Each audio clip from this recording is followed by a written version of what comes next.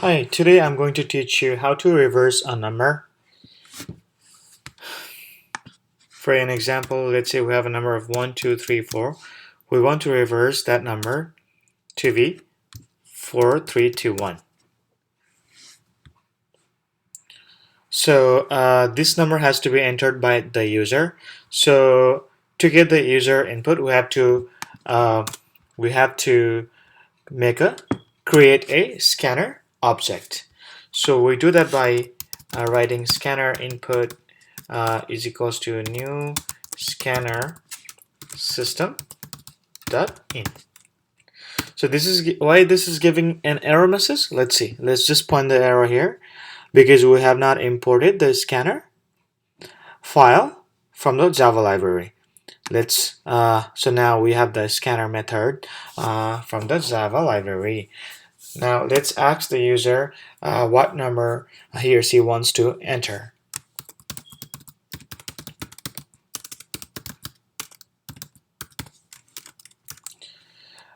What number would you like to reverse? Guys, this is one of the easiest method to reverse the number. There are many other methods. You can use Boolean, you can use other techniques to reverse the number, but this is the easiest and simple and quickest method to reverse the number. So now once we have this kind of method, we can let the user to input. We do this by let's create a variable called n, and that will store the user input. So we'll use the next integer because we are getting the integer value as the user input. Now we have the user input which is stored in variable called n. So let's say our original value is n. Now we want to reverse that original value to reverse, and let's store that in a variable called reverse. And in the beginning, let's say it's 0 because we have not reversed the number yet. We have not reversed the original number yet. So once we reverse the number, it won't be 0. So let's create a variable called remainder. Now let's operate the while loop. Now for the while loop, let's say original value does not equals to 0. What this means is when the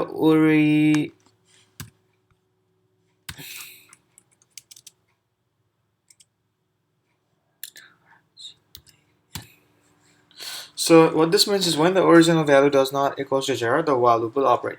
So if the user input is 0, which is going to be the original value, the while loop won't operate. So if the original value is not 0, the while loop will goes into the execution. So let's try to reverse the number. So let's say the remainder is equals to original modulus 10. So what basically this line of code means is, let's say we have a user input of 4, 5, 6, and if we modulus this by 10, what will be the result? It will be 6. If we modulus this by 10, it will be 6. Now what do we have? We have the last number. Now what do we need? We need the two numbers from the back, which is 5 and 4. So to get the two numbers from the back, 5 and 4, we have to create reverse times 10 remainder. What will this do? So let's say if the reverse is, in this case the reverse is 0, so the 0 times 10 is 0, and plus the remainder is equals to 6. 6. Now this will be 6. Now we want to change the original value. Now original value is equals to original divided by 10. Sorry for the misspelling. So we have now completed the while loop. Now let me explain the each line. So when the original value does not equals to 0, the remainder is equals to, original value is in this case is 4, 5, 6 modulus 10 is 6. And for the reverse here, the reverse is 0 times 10 plus the remainder it will be 6. For the original here, the original value is 4, 5, 6. 4, 5, 6 divided by 10. 4, 5, 6 divided by 10, it will be 45. Now our original value now is 45. Now it will go to the while loop again. Since the original value does not equals to 0. Now what will be the remainder? Remainder will be original modulus 10, which is going to be 45 modulus 10 is going to be 5. Now this is 5 is the remainder. And for the reverse, since the reverse already is 6, 6 times 10 is 60 plus the remainder is 5 is going to be 65.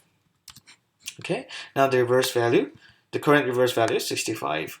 Now since our original value was 45, 45 divided by 10 is going to be 4. Now what is our original value now? It is 4. Now since the 4 does not equals to 0, the while loop will operate one more time. Now what will be the remainder? The remainder will be 4 modulus 10. 4 is the original value. 4 modulus 10, it will be 4. It will still be 4. It won't change. Now what will be the reverse?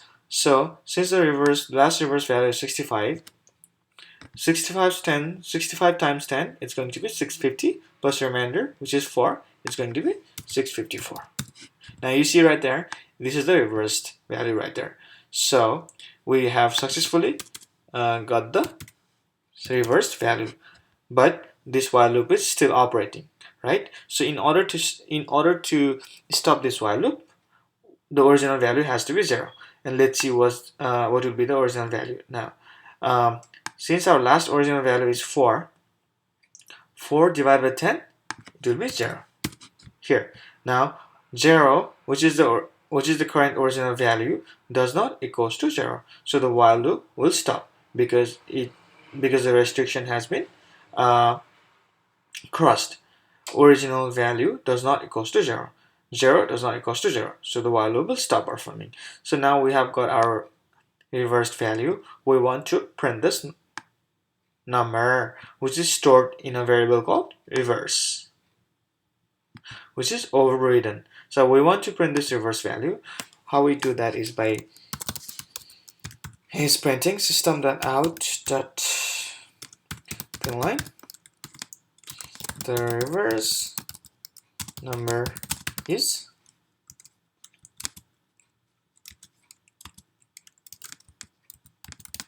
reverse. Let's run the project. What number would you like to reverse? We'd like to reverse 456, and the reverse number is 654. Let's try that one more time. Now for this, the reverse value will be 544645454. So this is how we do. This is how we write the code for this reversing a number. This is one of the easiest example. Try this. If you have any questions or confusion, please leave me a comment below. Thank you.